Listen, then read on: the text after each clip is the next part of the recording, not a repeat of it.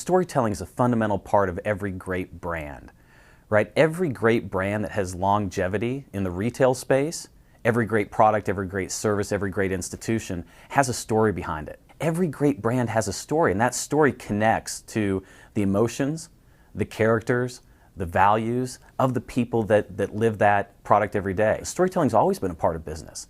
It's just now we're overtly talking about it as a tool that leaders can use as opposed to something that's just innate in our brands and the products that we give to people. What I think storytelling does is it brings a different element. Storytelling says it's not about the list of things we have to do, it's about the connection that we give to people about a piece of information we're trying to share. A good story at its essence is simply conveying a message that has logic, it has emotional connection, and it also has larger purpose. Storytelling is the difference between solving a problem and creating a cause, right? Lists solve a problem. Here's an issue we face, let's create a pro and con list about how to solve it, pick the best option from there.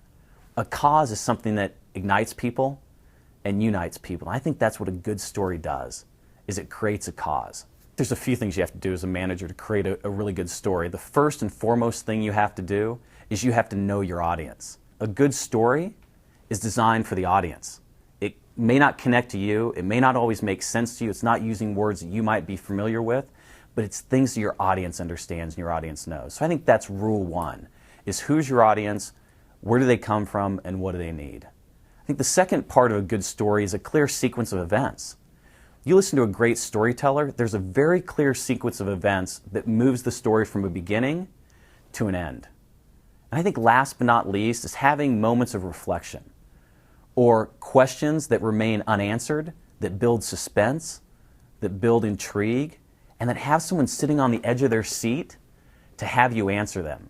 The great storyteller asks and answers questions along the way. They build suspense and they reduce that suspense by answering the questions. Storytellers that aren't so good leave those questions hanging in the air, and so people walk out confused, unsure, uncertain about the direction to take from there. If you have a compelling story, something that is of interest, something that is powerful, people are going to listen no matter what the medium is. And what we get trapped by is the expectation that the audience doesn't want to be compelled. Most business leaders are honestly bored with 90% of the conversations they have in a day.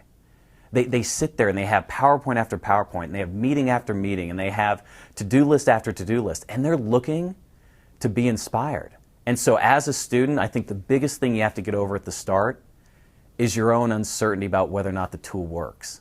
What does your audience need? A business leader, they want a little bit of data, they want hard fact, and they want recommendations. The space in between that and how you get to those things, that's where storytelling can be compelling. Locate the most powerful part of your message and lean on it.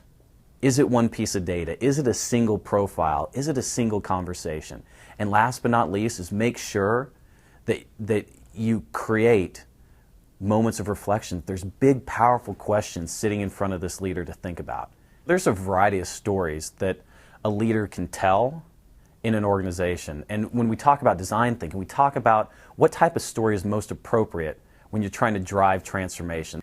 In this story, the figure of this story, the main character, is the big, wicked problem facing the organization. And so some things that you need to do typical in that type of story is first you have to sell the challenge. You have to help the audience understand how the current state is more dangerous than any other possibility out there. You have to get them in the frame of mind that they want to take this on and make this challenge a cause that they can invest in. And that's fundamentally the first thing you have to do. Then you have to be able to talk very intelligently about the fellowship, or what I would call kind of the people that are involved in the challenge, whether that be the customers you're observing, the stakeholders in there. Make sure that they have a good understanding of all the people involved. Last but not least, you have to give them a chance to talk about the tensions that exist. Right? This challenge creates tensions for us.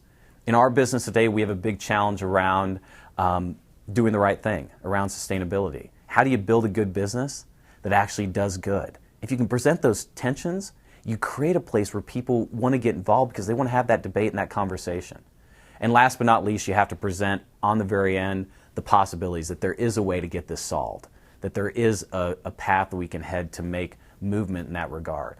And so I think that story, when you put the challenge as the figure, it comes down to just really making sure that they understand how big it is, what the tensions are that exist, and what you can do. I think the question of why is storytelling important to leadership in tomorrow's world, I think that's a fundamental question of what makes storytelling a compelling tool to learn about, to find out about, and to understand. As I look towards the world we live in, there's three basic challenges that leaders face. One is that they only have about 20% of the people that they lead, only about 20% of their attention. And so storytelling allows you to get them to pay attention for just a little bit longer, for a little bit more time, with a little bit more diligent energy. I think that's important. If you can raise the level of engagement in your business, you will do wonders to your performance. And storytelling allows you to create energy and passion and excitement around something. So I think that's one reason why leaders need to start using storytelling in different ways. Secondly, is storytelling allows you to make strategy accessible.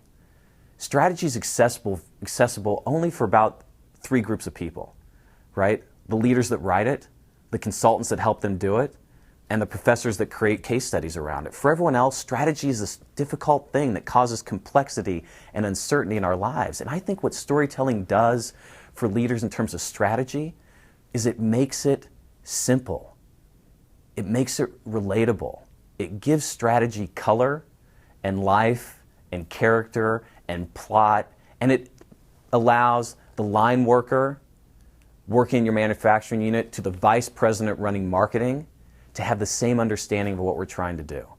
And so for me, those are two reasons, and there's a number more about why storytelling is an essential tool for leaders to become competent in and experts in as they move forward.